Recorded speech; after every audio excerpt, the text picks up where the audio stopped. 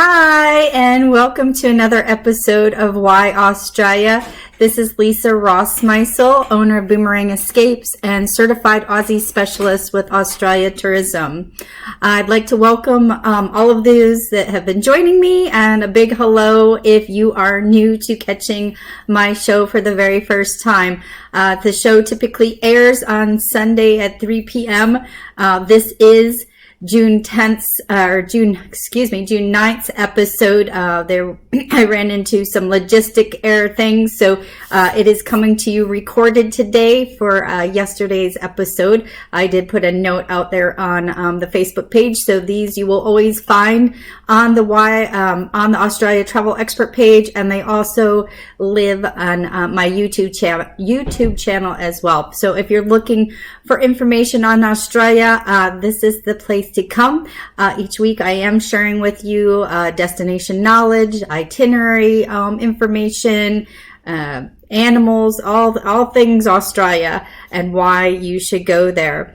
Another fun thing we like to do each week, of course, is share some of the Aussie lingo. So today's word, I'm bringing out the small book. Today's word is the coat hanger. What the coat hanger is a term for the Sydney Harbour Bridge. And if you've ever sort of looked at pictures of the bridge, you could see why they might call it the coat hanger. So today's Aussie lingo is the coat hanger. So if you hear that, they are referencing the bridge there in Sydney. So what I decided for today's topic is that we would just do some Australia fun facts, kind of bounce around a little bit. We've been in South Australia. We've been talking about wildlife. So just going to take a little break from a specific place and just pull up some fun facts that I've collected. I'm actually going to drop a link down here below. You can find these fun facts in my Australia travel planner. I will put a link below where you can sign up to receive a copy of it. It will also put you on our weekly e-sign letter, and that adventure newsletter has our lingo word. It has a little bit of what's going on in the Boomerang Escapes world. It will have highlighted itineraries, a blog article, where you can find me should you want to meet up with me in person. And it is not just specific. While I come to you on Sundays specifically to talk about Australia and maybe some of the areas around Australia, we are a full service leisure agency at Boomerang Escapes. So the newsletter is just a great tool for all things travel and to stay up to date and to stay in contact with us. There is myself and 7 other planners, and we do have another planner that is in the Memphis, Tennessee area that is also an Aussie specialist certified with the tourism board, Julie.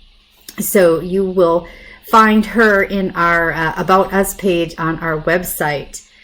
As always, should you have any questions, comments, please share in the lines below. Feel free to private message me or even reach out via email at lisa@boomerangescapes.com. So let's start with some fun facts. So a question people always wonder with the difference in hemispheres is about the direction of water. And it is true that the water in the toilet actually rotates in the opposite direction from what it does here in the United States.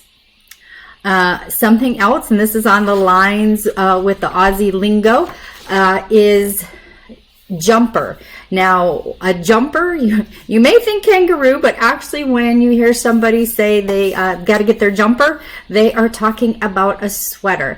And it's a great idea to pack a sweater or some lightweight jacket when you're traveling down there, just to use for layers. I always love to pack in layers, so that's a little packing tip for you as well. Something you probably didn't know is that the Australians actually invented snowmaking. Australia is quite a mild climate, so they don't really get a lot of snow.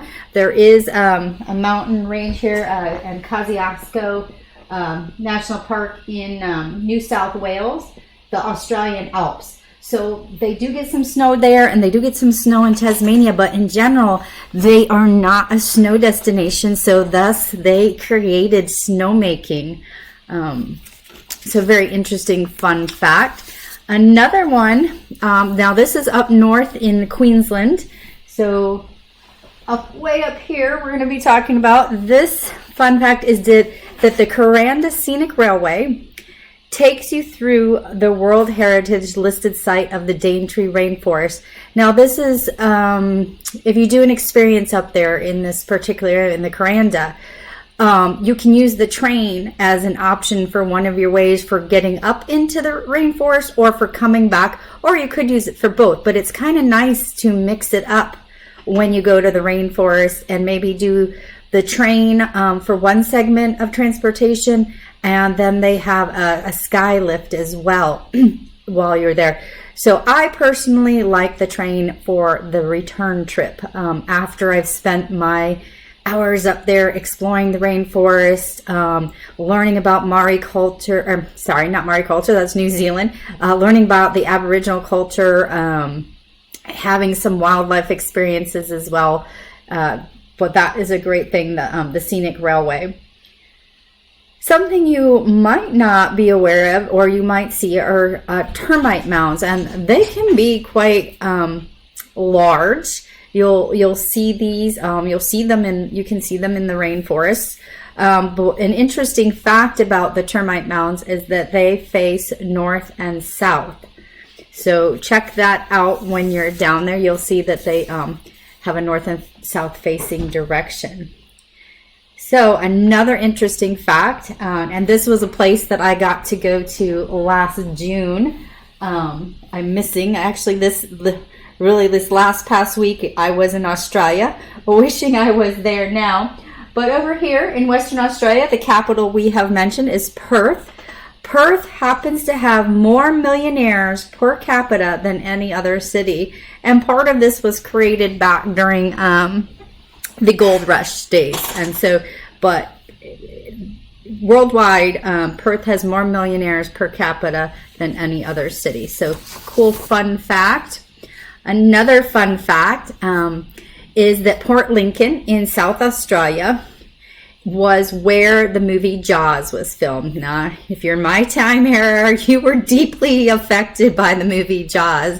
But interestingly enough, we can arrange for you to do shark cage diving in Port Lincoln. I actually had a client last June as well. He set him up. And there's a couple different suppliers I can use down there. I know one of his concerns was the type of feed that the cage divers were using to entice the sharks in the area. But it is, for your adventure seekers, thrill seekers, maybe a little scare in the pants there, you can actually see the great white sharks. It's not a guarantee, and there are better seasons with the summertime, with our summer being one of the better times to go down. Talking about another city, which we've actually did a whole showcase in previous episodes, so you're welcome to go back and look. Melbourne. An interesting fact about Melbourne is it has the highest Greek population outside of Greece. So it really has quite a food scene as part of that too. But if you are looking for Greek influence, Mediterranean influence, Melbourne has that population. And one other fun fact here is that the Sapphire Freixenet, which is a luxury resort, was designed to look like a Monterey stingray when viewed from above. So if you see photos of this, and I'll look and see if I have any that I can actually pop below, but photos of this particular 5-star luxury resort from above, it looks like a stingray.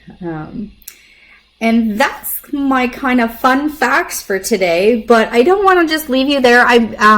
Just because I know not everybody catches every episode, and this may be your first time, I want to go over just a quick review of good things to know about Australia. As we just talked about at the beginning of the segment with the water, Australia is located in the southern hemisphere. And I know while on this map here, it doesn't really do it justice. Australia, if you were to overlay it with the United States, is roughly the same size. So you really have to take that into account when you're planning your trip, that, It's as big as the US, so you are not going to fit everything in on one vacation. I highly recommend immersive experiences and plan to come back in 2 years and maybe another 2 years after that. I also highly recommend you do Australia on its own and then you do New Zealand another time. So from that standpoint, it has 7 states and territories. The territories are the Northern Territory up here in the middle center, and also Canberra, which is its capital territory. The rest are states. Canberra is located in New South Wales. I know we did a little chat on that again when we were talking about the road tours that connect Sydney and Melbourne. So you can look for those videos. The climate in Australia ranges from temperate in the southeast and southwest to tropics in the north, with most of the largest parts, that center part that we were just talking about, being desert or semi-arid. Its seasons are opposite of us. So right now they have entered winter as we're beginning to enter summer. So December to the end of February, autumn from summer, December to the end of February, autumn from May to March, winter from June to August, and spring from September to November. Also on those things, it's best to travel if you're looking for affordability and best availability is to look at those autumn and spring dates. What we refer to in the industry is shoulder season, when it's not peak. Of course, summer down there, that December to February is peak season. Not only is it summer, it's the Christmas holidays, it's the New Year's holidays. There's big events that take place in January, and their kids are out as well. It's their vacation time. So particularly if you're looking at that time frame to travel to Australia, I highly recommend contacting myself or an Australia travel expert to start beginning the plans for your vacation about a year out. Electrical. So the electrical there is the 220/240. You'll need to check your devices for capability, but it's best to travel with a converter and adapter when traveling to Australia. And I'm sure to remind you of that before you go. The official language is English, though you'll have noticed if you've been listening or reading my words of the week, they do have their own lingo, their own slang, and something that they really love to do is do rhyming things. So keep paying attention for that. I do the Wednesday Aussie lingo every week. You can find that word either in the newsletter, like I said, the sign up will be below, or you can find it in on the Australia Travel Expert page on Wednesday afternoons. The currency there is the Australian dollar. They do not take the US dollar. You will have to convert money, but major credit cards are accepted at most restaurants, resorts, shops, etc. Cash is needed for local vendors, possibly tipping, though tipping is not customary there. And I find that the ATMs often provide. So I don't carry a whole lot of cash because most places I'm going to go to, I can use the credit card. And of course, just a general travel tip, not necessarily exclusive to Australia, is to remember to alert those credit card companies, debit card companies prior to travel of what days you will be in country or where you will be traveling to. So that's today's Why Australia in a nutshell. I hope you found some of those fun facts interesting and make use of the good to know. And I look forward to speaking with you soon, I hope, and scheduling and creating your custom itinerary for Australia. So this has been Why Australia with Lisa Rossmeissl, owner of Boomerang Escapes, your certified Aussie specialist. Take care, and we'll see you next Sunday.